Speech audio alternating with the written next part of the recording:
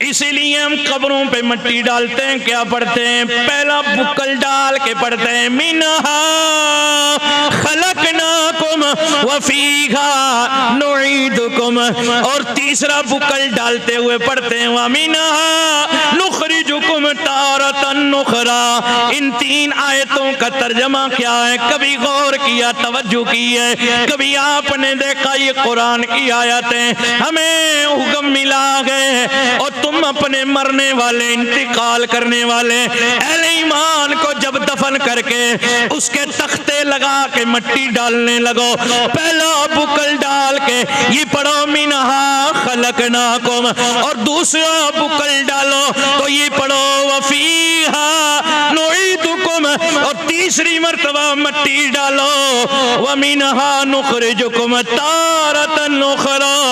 तर्जमा क्या है पता नहीं है, आओ ना देखो कुरान खोलो फिर पता चलेगा। पहले बुक्कल पे रब कहता है मिट्टी डालो, जिसका तर्जमा यह है और हमने तुम्हें इसी से पैदा किया गए।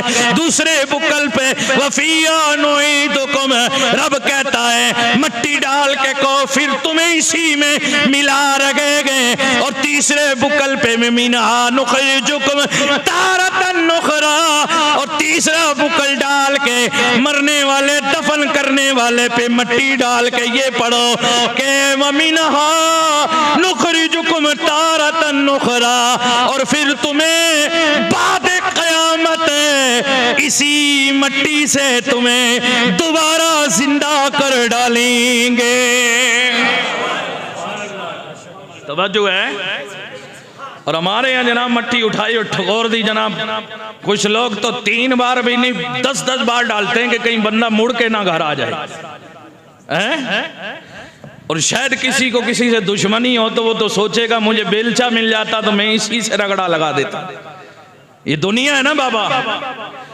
कुछ लोग दुनिया में कसर निकालते हैं तो बच्ची कुची कब्र पे भी निकाल सकते हैं, पर नहीं, जब बंदे की रूह निकल गई ना फिर कितने भी मामलात हो अपने भाई को माफ कर दो, ये हुकूकुल इबाद हैं।